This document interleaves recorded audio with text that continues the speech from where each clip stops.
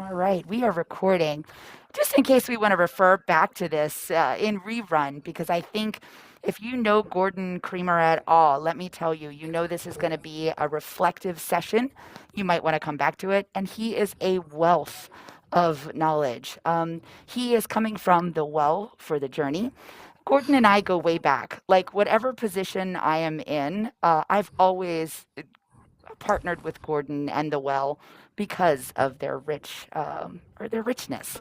So we are so grateful to welcome Gordon. And please excuse me as I have a mask on. I work with wonderful people and there's the flu going out, and I have a very big trip coming up. So this is why I am masked. And if I don't know you, my name is Chastity. I am the director for the Opal Senior Center. Welcome. We are glad that you are here.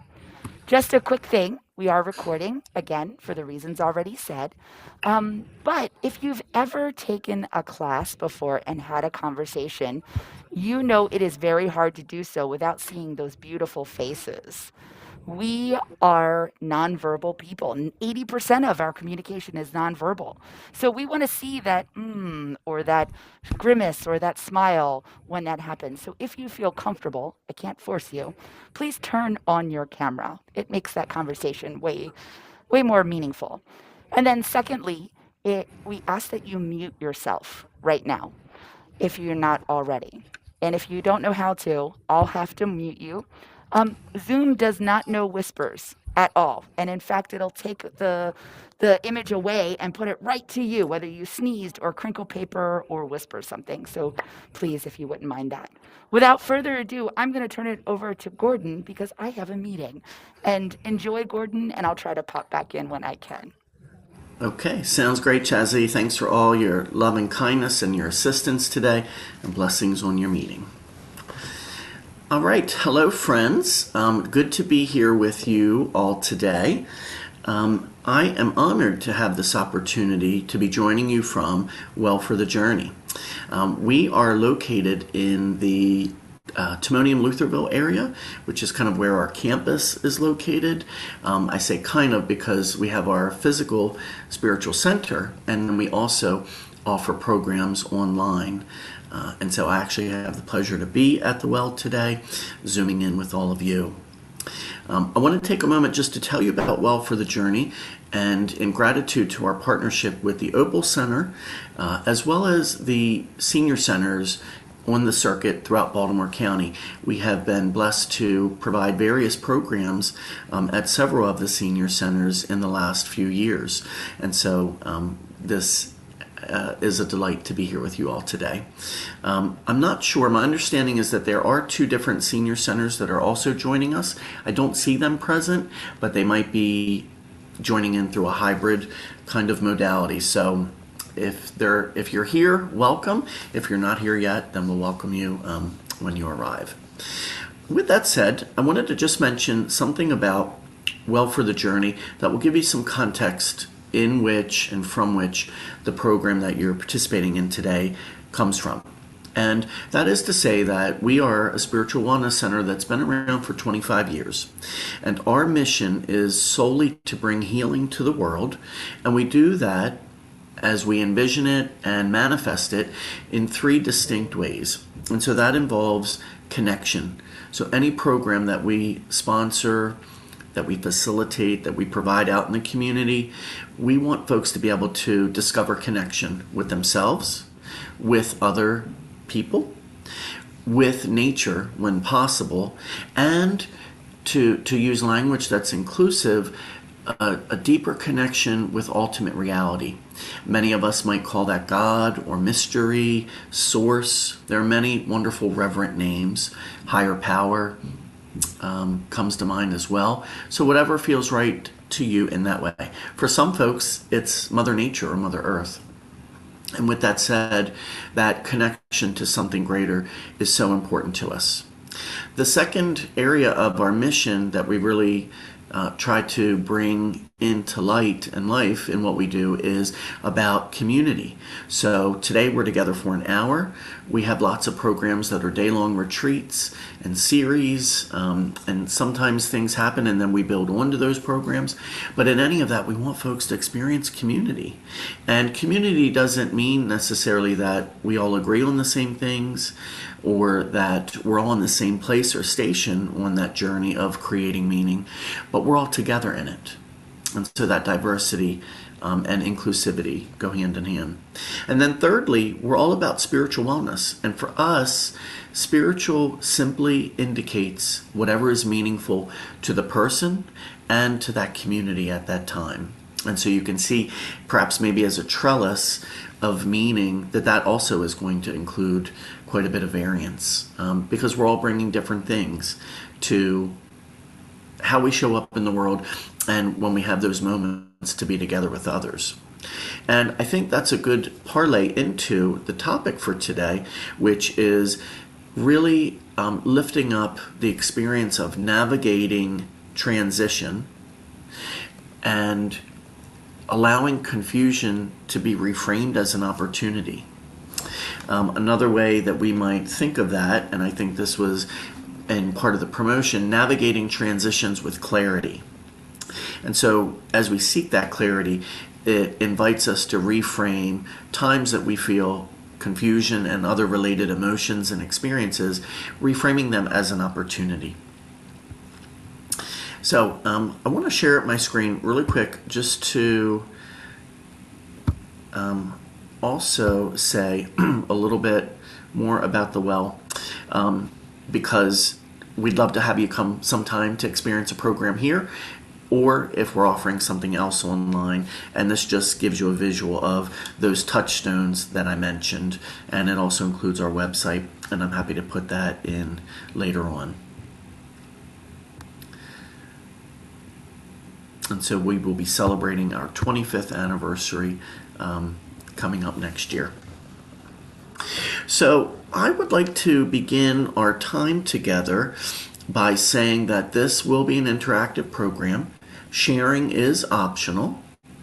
And let us begin then by delving into awareness of our bodies. You know, we are really, literally right where our feet are. But we don't always live that way. Sometimes our bodies are in one place and our awareness is somewhere else. And so I want to invite us into just a moment, a brief moment of whole person awareness. The easiest way that I have found and learned in life to do that is to focus on my breath. And it's incredible to think that the breaths that we take, that we breathe in, are circulating as billions-year-old hydrogen. So we're breathing the same breath that ultimate reality is breathing. We are breathing the same breath that our ancestors breathed. We are breathing the same hydrogen component of the air that billions and billions of people have and are at the same time, which is pretty incredible to grasp even. With that said, our breath can always bring us into the present moment. So I'm going to invite us just to take 3 deep breaths. Since we're all on mute, I'll mute myself. As you breathe in, I invite you to allow your stomach to fill completely if you can. Sometimes it helps folks to count maybe to 3 or 4 as they're doing that. To pause for a moment before you exhale, maybe for a second, and then to breathe out.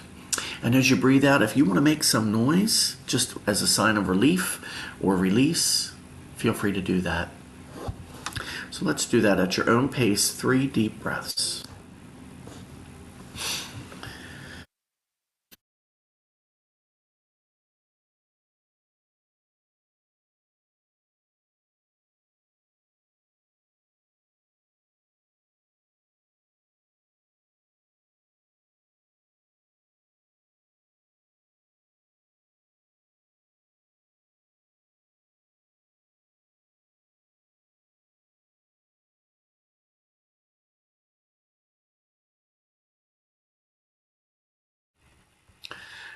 You're welcome to continue taking deep breaths as I invite us further into this whole person awareness as you feel led. As we do that, I want us to have a moment to recognize and honor the different parts of who we are that we're bringing here today. So, in part, we've done that with our bodies by our breath. Now I invite you, if it feels comfortable, to place your hand on your heart or wherever you identify as your heart center. So biologically, physiologically, our heart is below our rib cage there, and it's beating away. And it does serve as the center of our physical body. And I'm also speaking about our heart center spiritually. And so, again, spiritually, in the way of what is meaningful, all of the faith traditions, spiritualities, philosophies, wisdom, logs, all point to the heart center as the place that we are created for and invited to live from. And so that's a daily invitation. And so if we place our hands on our heart, this is where we are able to get in touch with who we are on an authentic level. Because it's not just our heart beating, which is the central function, but it's the central part of our identity. We are living from our best selves when we're living from our heart. So I invite you just to take maybe 1 or 2 deep breaths into your heart center. And feel the warmth of your hand upon your chest or wherever you've placed it. And honor that part of you by doing so.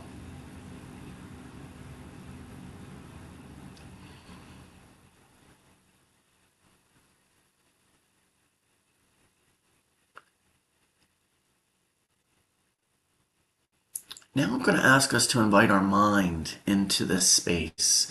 Our mind, our brain, all of the activity that occurs on that thought level, which many times is to our benefit and helps to create things, including order and structure, and also at times to our detriment because we get lost in thoughts. We get bound up in the what ifs. We might experience anxiety, certainly as we're navigating transitions. So while your hand's still on that heart center, allow yourself to honor your mind and your mindset. Wherever you are with things, you might be really experiencing rapidity of thoughts or wondering or thinking about what are you going to do after this program ends, or what's happening later tonight, or maybe you're really anxious about something in the future, or what's the next step in this transition that you're a part of right now. So let us think about anchoring our minds in our hearts, and that perhaps that's really how we are created to live, the mind and the heart working together. And as you might envision that and what that looks like and feels like, I ask that you take another deep breath into that space.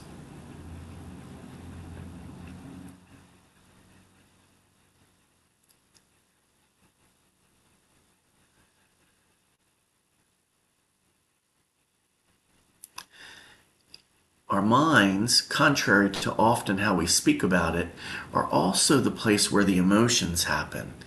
The emotions are our feelings, as we often call them. Emotions are our thoughts that are taking movement. And so they really do come from our minds and not our beating hearts. So emotionality and emotional identity and emotional quotient, they are also significant factors that play a role in how we navigate transitions, how we might live with confusion, how we might navigate and hold on to hope, waiting for that next threshold or chapter or a beginning to unfold or an ending to take place. So let's take a deep breath into our emotions. Whatever you're feeling, it could be fear, it could be sorrow, it could very well be happiness or peace. It could be confusion. It could be a number of different things, even experiencing them at once, and they might be in conflict with each other.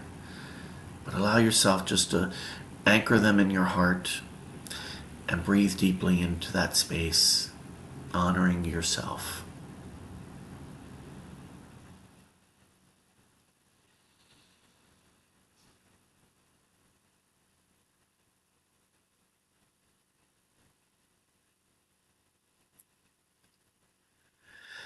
And lastly, weaving everything together is the bright spirit. Even if it feels like a time of despair, there is a luminescence about each of your spirits that's infused into your body.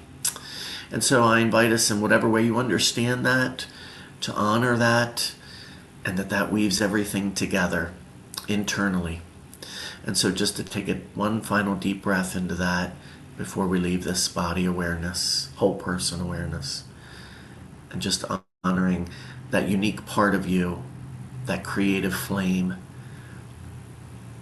that beautiful indwelling of where spirit dwells in you.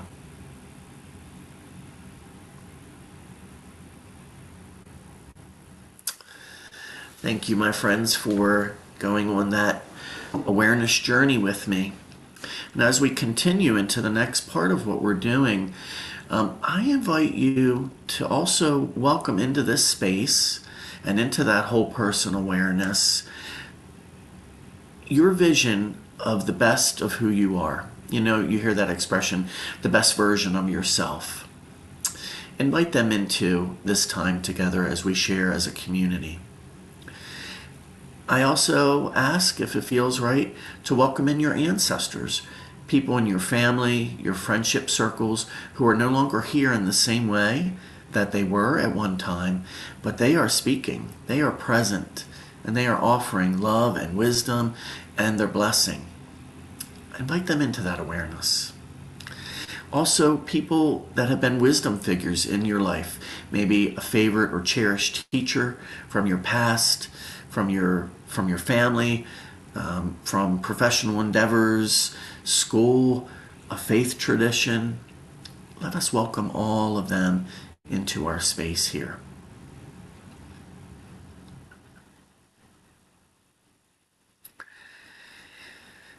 And I speak these questions to help guide us in our time together.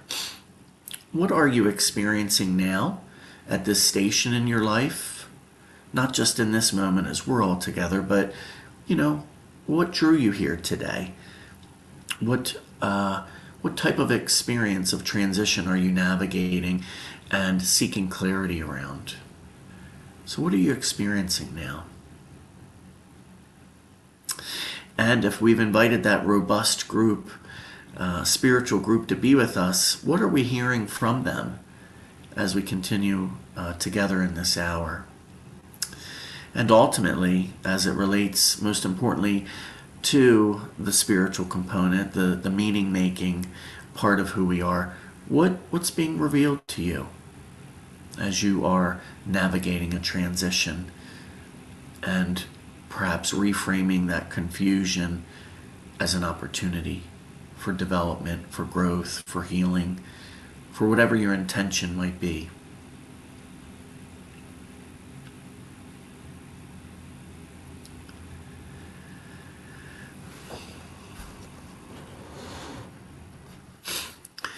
So with that, I am going to invite us to briefly introduce ourselves. Sharing, as I mentioned, is optional. Some of our folks here were able to see your beautiful smiles. Some of you, I know your video is off. So whatever feels right to you. But as long as, if it's okay, that I can call on you by name to share if you'd like. However, if you want to participate more by listening today and not sharing, that is certainly welcome. And know that holding the space with others as they do share is just as important as perhaps sharing something from your own heart with words. And if it's helpful to you, if you don't want to share today, you're welcome to send a message in the chat to me just to say, you want to be more nonverbal today, if that fits for you. Knowing that transitions make us vulnerable and also expressive of our emotions in different ways. So all of that's welcome here. Your comfort is what's most important. With that said, for anyone who would like to share, I invite you to unmute and to share your name. And if you want to just say something very briefly about what you're navigating, knowing that that might be one particular experience. It could be the loss of a loved one. It could be a change in a relationship. I know some of you may be caregivers for others right now. It could be a loss of a part of your identity. And it brings along a variety of different experiences to process and to integrate and to heal in and through. So if you wanted to just share your name and what your navigation is, we welcome that at this moment.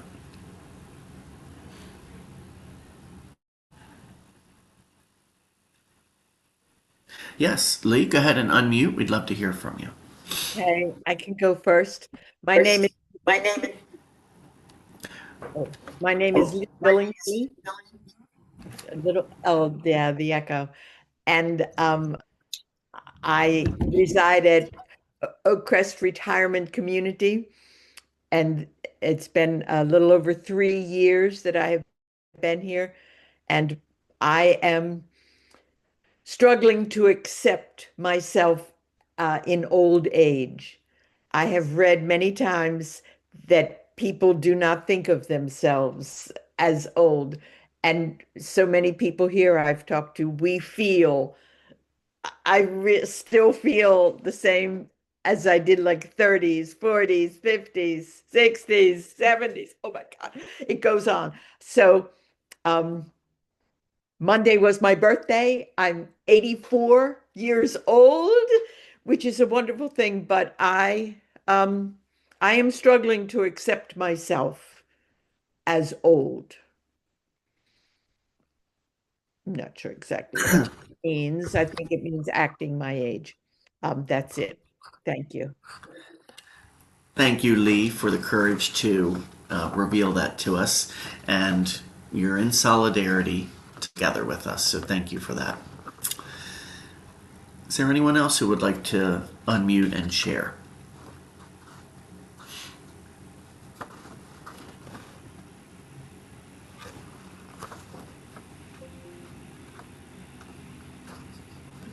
Hi, my name is Pat. In May, I moved from New Jersey to Maryland. Lived in New Jersey since 1980, raised my family there.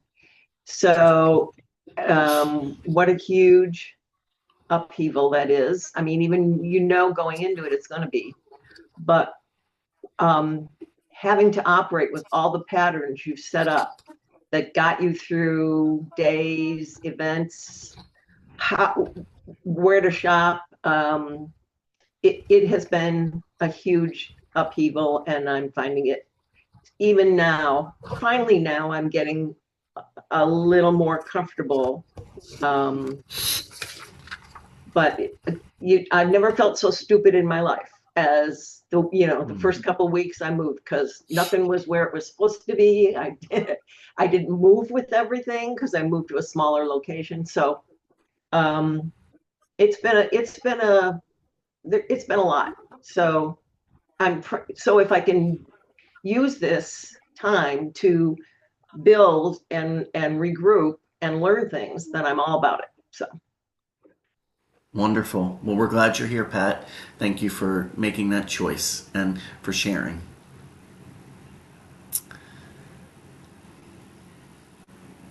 And we'll just give it a moment in case any of our other friends would like to share. And if not, then we'll continue on with the next exercise.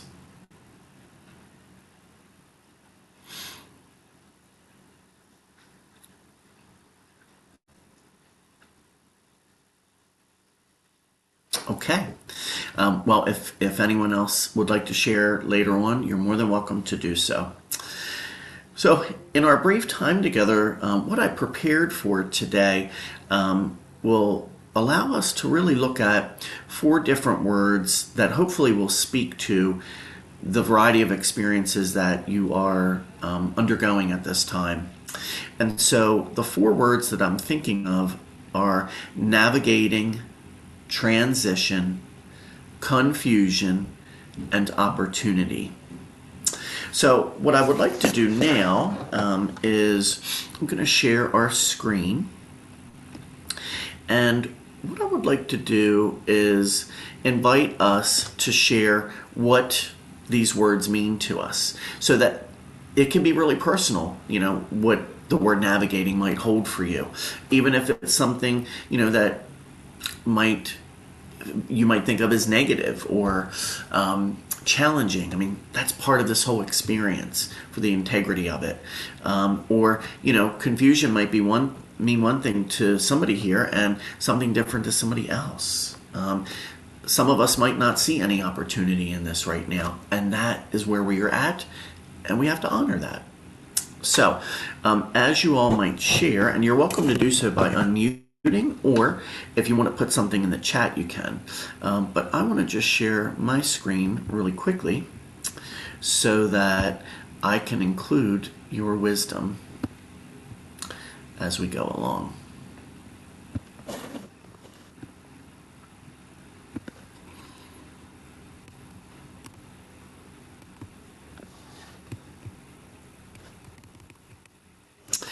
So, with the word navigating, what comes to mind for you?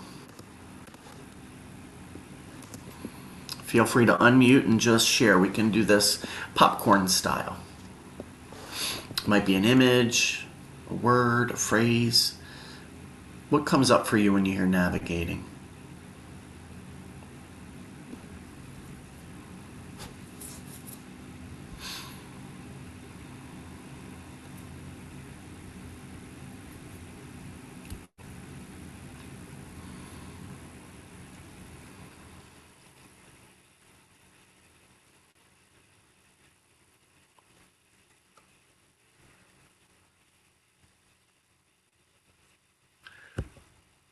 I'm going to throw a word out here in my own experience: balance.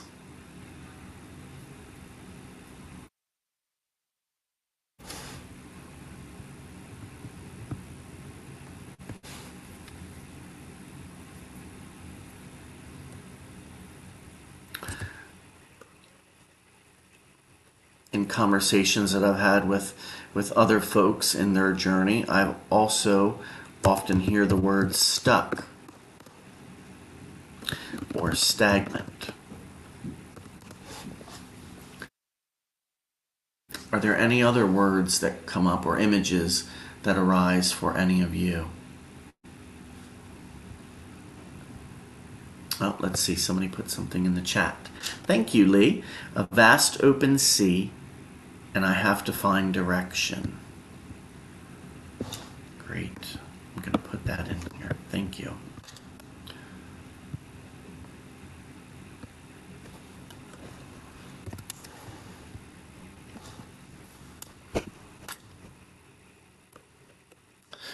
All right, we'll come back to navigating if anything else percolates. How about the word transition?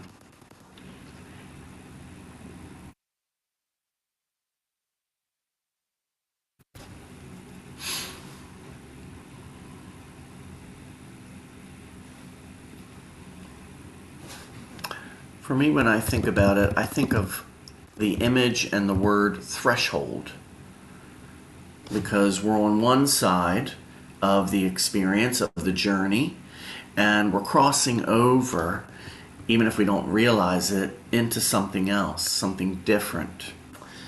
All right, and Lee, thank you. Going through a doorway.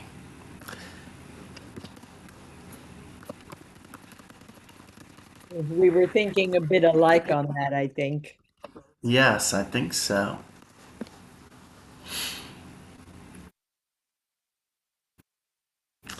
I'm not sure if any of you are wordsmiths or, love wordplay or etymology. I know Lee is.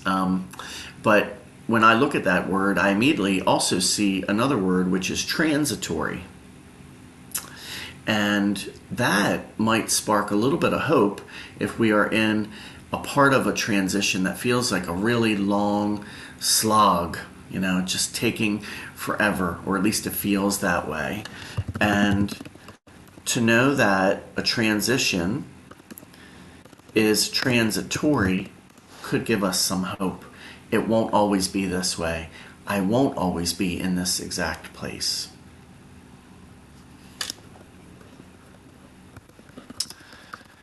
confusion, and again, we can always go back to any of the previous words and add more.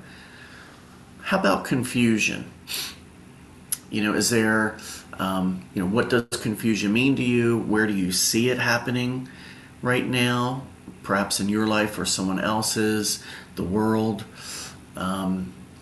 Is confusion something you associate with your mind, with your heart? Is it a physical experience? Is it something else?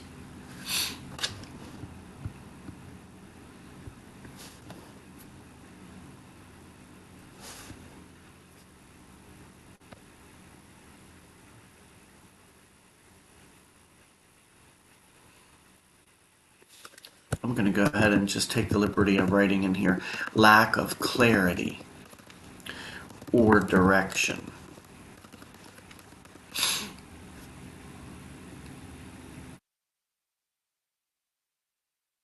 Or maybe overwhelmed with emotions, thoughts, patterns.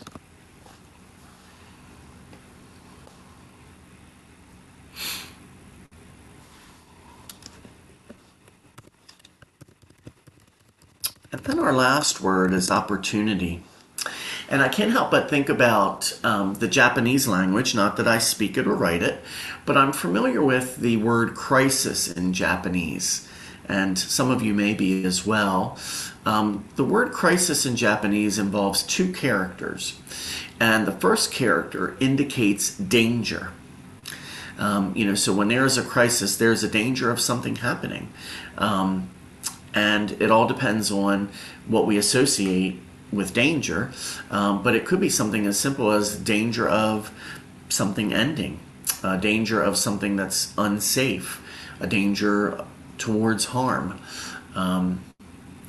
But alongside of that, for the word crisis to be complete in Japanese, the second character indicates opportunity. So it doesn't have to stay just in the danger zone.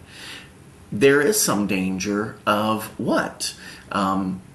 If there's an opportunity for something and it's connected or a complement to danger, then that reveals perhaps the possibility of reframing what the actual crisis is. So we all might be familiar with the phrase an identity crisis. Well, is that not something that's intrinsic, at least most of the time, to some kind of transition that we're navigating?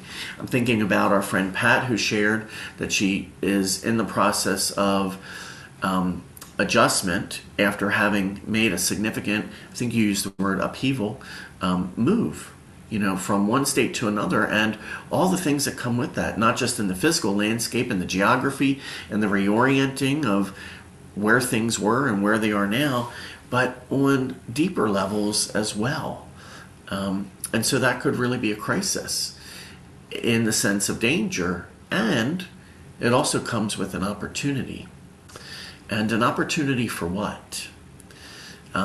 Intrinsic to who we are as, I'm going to call us embodied souls, which just simply means we've got a spirit within us and our body covers it. And so they're together.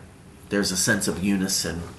So as embodied souls, we have the capability to reframe. I'm going to come back to reframe in a little bit near the end of our time together as perhaps some strategies for this navigation. But essentially, because of the way we've been designed since the beginning of time, since the beginning of human life, something that presents a danger also presents an opportunity for transformation, for deeper development, for becoming that best self that I spoke about in the beginning with our meditation. So opportunity is directly indicative of possibility. And that possibility is a very good thing. Now, if we navigate a crisis or a transition and we solely stay in the danger zone, we are not we're not able to see the opportunity.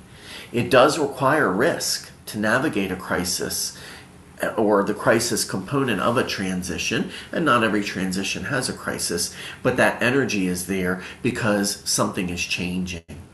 And that signals to our egos and to our resistance to change that something is happening and we don't have a lot of control over it.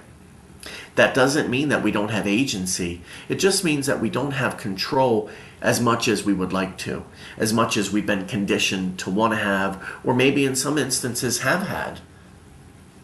But transitions reveal to us that we're not in charge of a lot.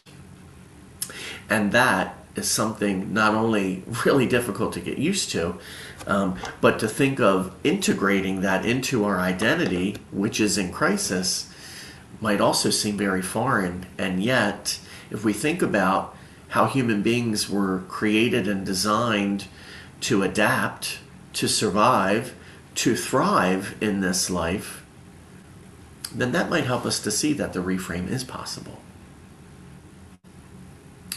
So I'm going to stop there. Even though we didn't really define opportunity, I'm going to just put the word possibility.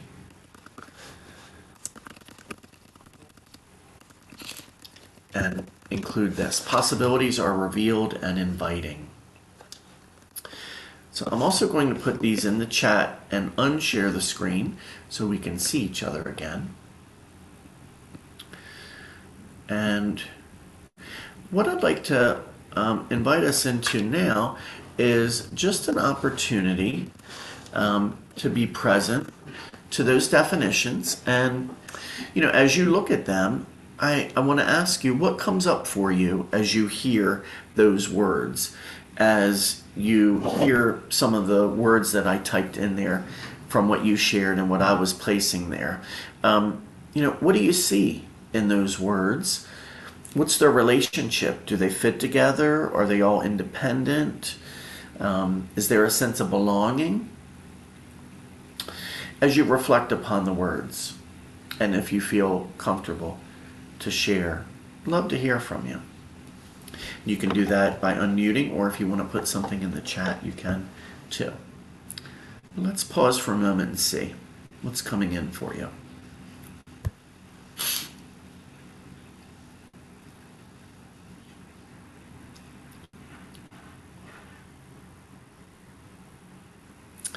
All right. Hello, Terry. Thank you for joining us. Welcome. And Terry has placed in there process flow. Yeah, thank you for that. Process flow.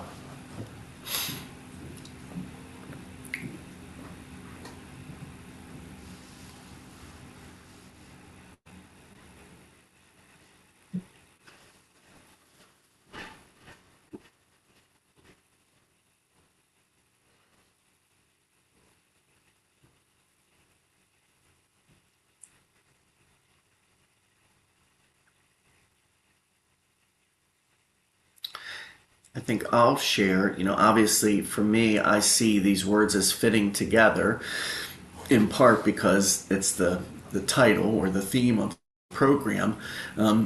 But I think they fit together because they all offer something to one another.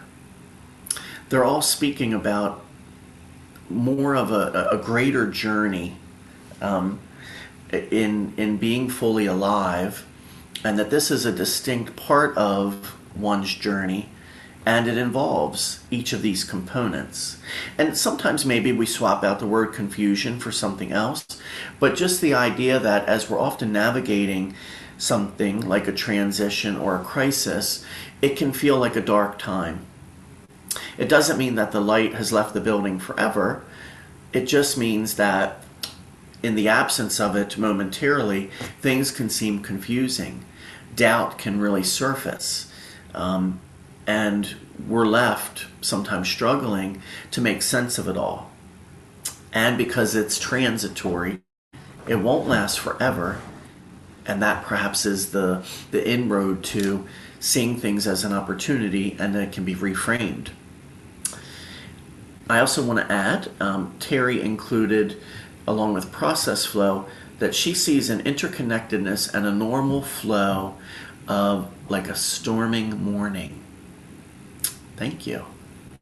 That's a beautiful image.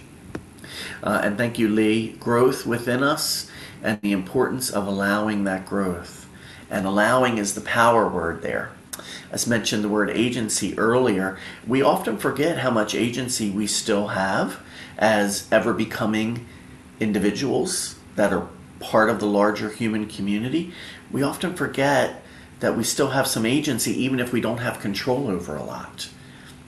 Agency is really the source of our power and our empowerment. All right. I'm going to recommend a book here in case you've not heard of it before. It's by the journalist Andy Crouch, and I had to read it a couple years ago in taking some classes at the seminary on leadership.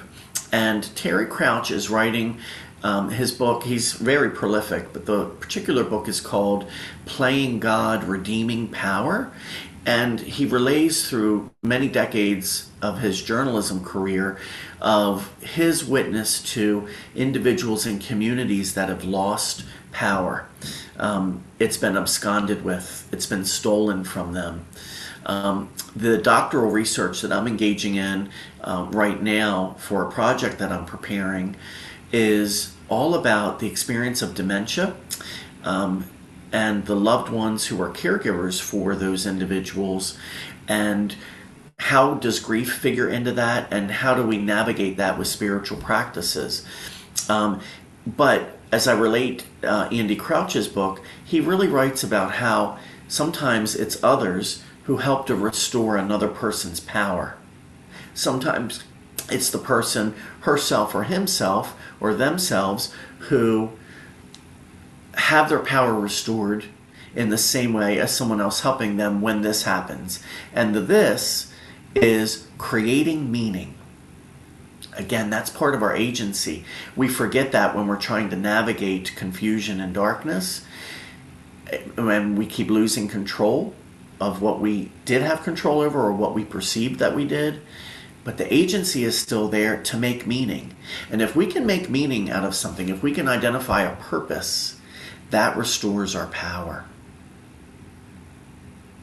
So I invite us to, if we could hold that lightly in thinking about your own sense of power as you're navigating transitions and seeking clarity in that and welcoming the possibility of opportunity.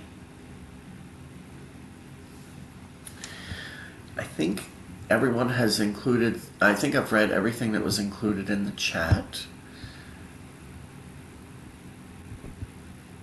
But if you want to add anything else in, please feel free to, or if you wanted to unmute and share.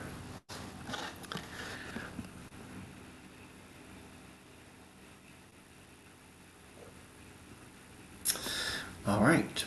So I'm going to share screen one more time. I have a quote that I wanted to place there for you to look at and for you to contemplate. And contemplate might mean you sitting with it, repeating it, looking at it. It's a very short quote. It might invite you to jot some things down or to journal about it. So if you have something to write with or write on, great. If not, again, just seeing the quote. I'll read it once. I'll leave time for a little bit of quiet reflection on it, and then connect us for some conversation around it.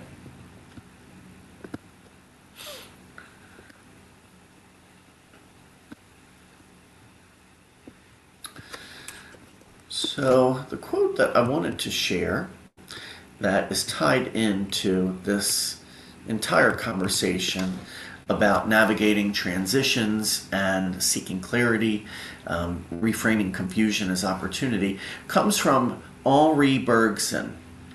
And the quote is simply this: to exist is to change. To change is to mature. To mature is to go on creating oneself endlessly.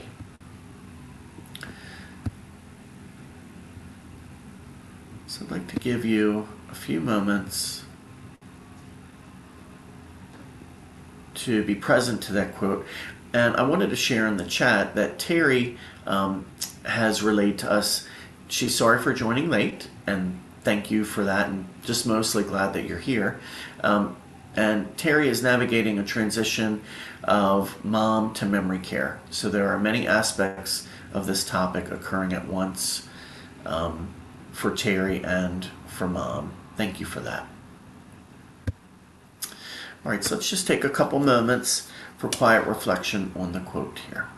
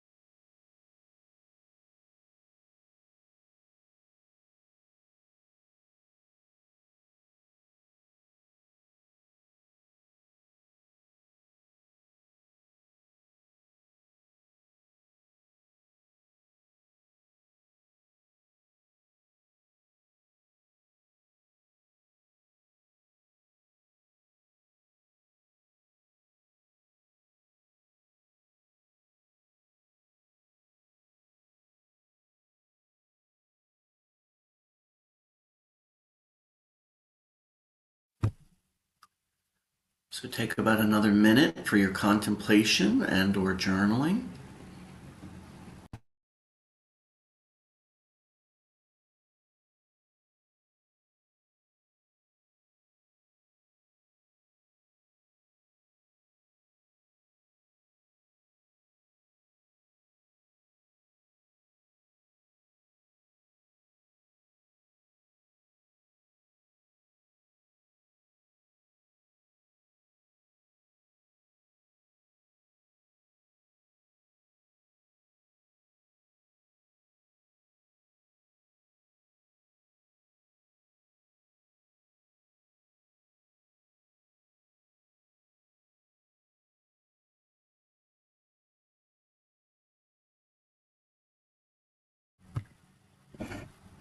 All right.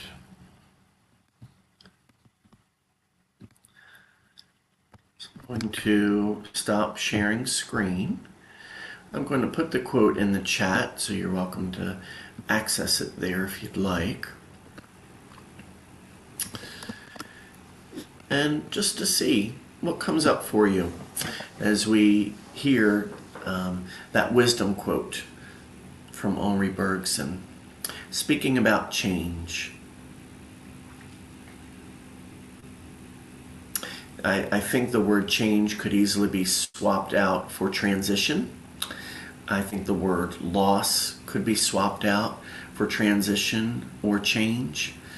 Each of those experiences all converge because what they're doing is, on a deeper level, saying to us, calling forth from us a letting go of what was and making space for. Sometimes maybe it's a welcoming, sometimes maybe it's even an embracing, but on some level accepting and making space for what is or what is coming. What are your thoughts?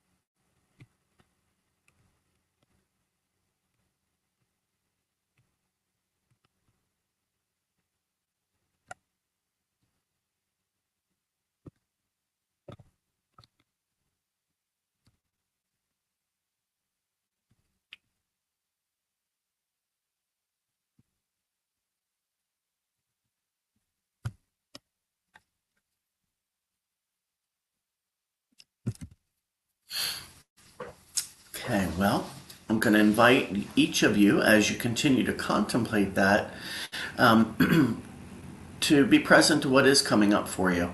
Again, knowing that the different things that you're navigating won't necessarily be gone tomorrow.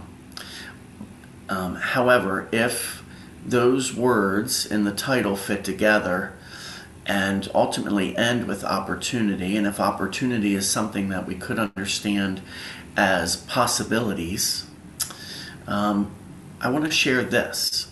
So that quote speaks about how change is intrinsic to being human.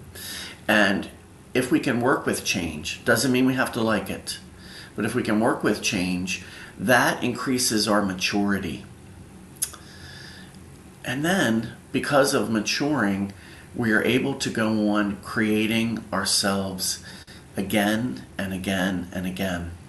And a lot of times we might see that word as creative, that, oh, that's what artists do. Or, oh, you know what, yeah, I'm a visual artist and I'm creative like that. Or I write poetry and I'm creative. But if I don't, then I'm not creative. And with as much conviction as possible, I want to say to you, my friends, that that's an illusion. We all have the ability to create. And maybe in our darkest hour is where the depth of that possibility of creating, or it's recreating, really can shine through. And it might not come with all the feel goods and warm feels, because life is messy, and so are transitions that are part of life. And yet, something greater is possible. Even if it means navigating quite a bit of pain or confusion, or even feeling disassociated from yourself, or that you don't feel at home in yourself for a while, that all can lead to deeper growth. And when we're on the other side of that threshold, like we talked about with that word transition, it's not about judging the quality of life then compared to what was. If we've lost a loved one, or if we've lost a part of our identity or our relationship, we may always long for that. And are we then still able to make some space for other things that are possible? Other people, other relationships, other interests, other work, other volunteer opportunities, depending on what change you're navigating. So I think there's a lot of wisdom in the terse words of Henri Bergson to that point about change. Even if we're called to accept something, it doesn't mean we have to like it. Thank you. Lee included, existence is movement and we do create ourselves constantly, but some aspects of our natures fight mightily against that change. Yes, indeed. Yes, indeed, they do. And so does that not invite us to be gentle with ourselves? And can we honor ourselves in that? Some things we're just not ready for, but we can be patient with ourselves, knowing that change is there, and that even if we've lost a lot of control of things, we still have agency. We still have agency. Thank you for that, Lee. I wanted to mention a couple resources before we conclude. One of them I have just put in the chat. So thankfully for us, there is an entire movement, certainly in this country and globally, that's called Aging to Saging.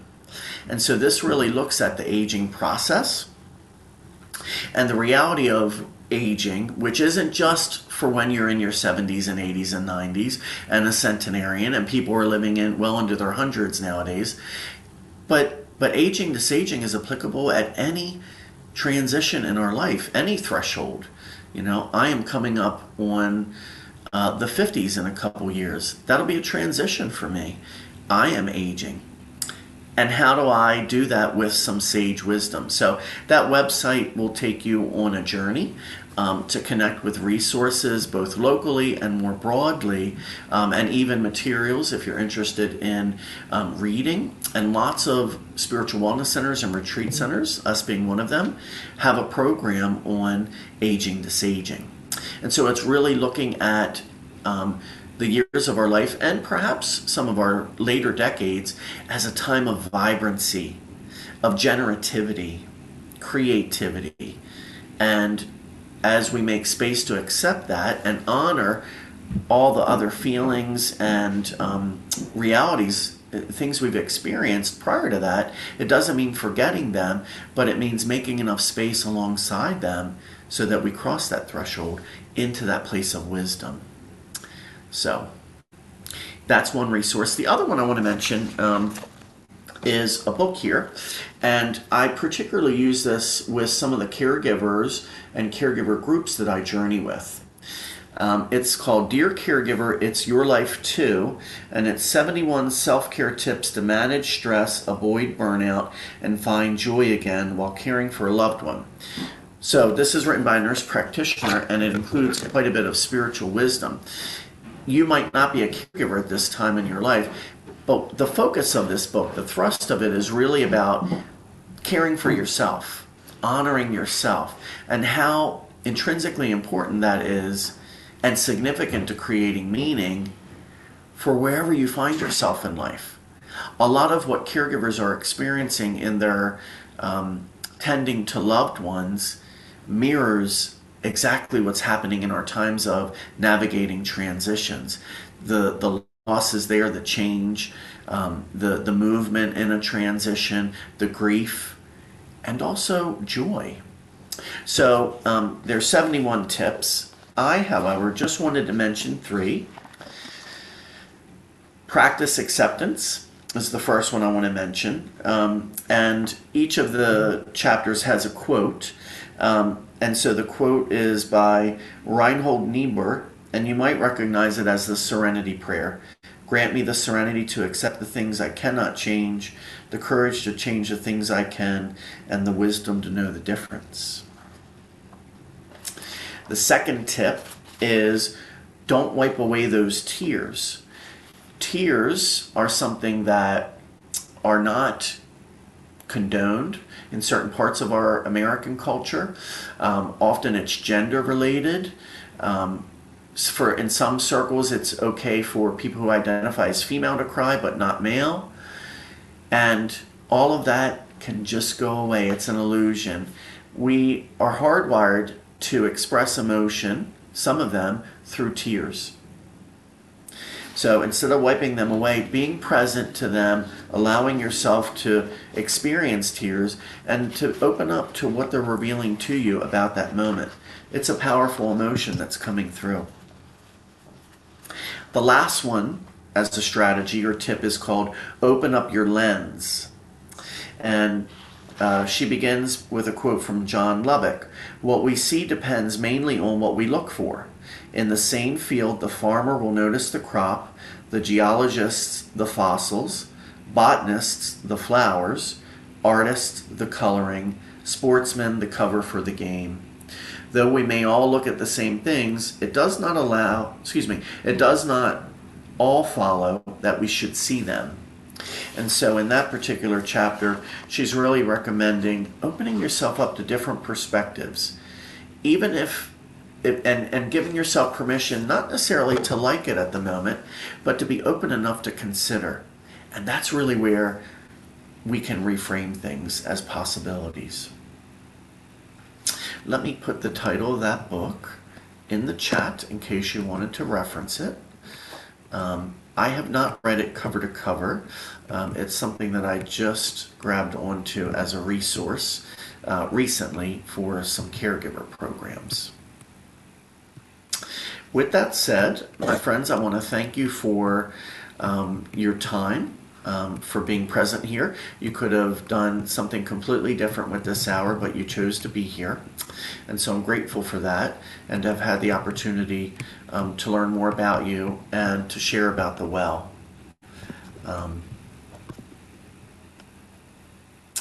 But wanted to just open it up if there are any questions or comments, anything that you wanted to speak about before we conclude.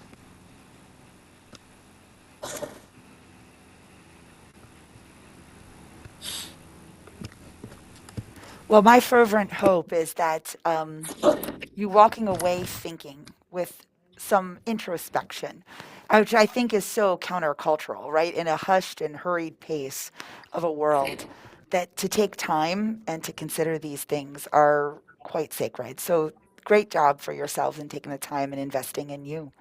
So thank you, Gordon. We appreciate you for being with us and do hope you will see you around. That would be great. It's been a pleasure and good to see some familiar friends and to meet several new ones. Thank you for that. Bye bye. Thank you. Bye bye. Thank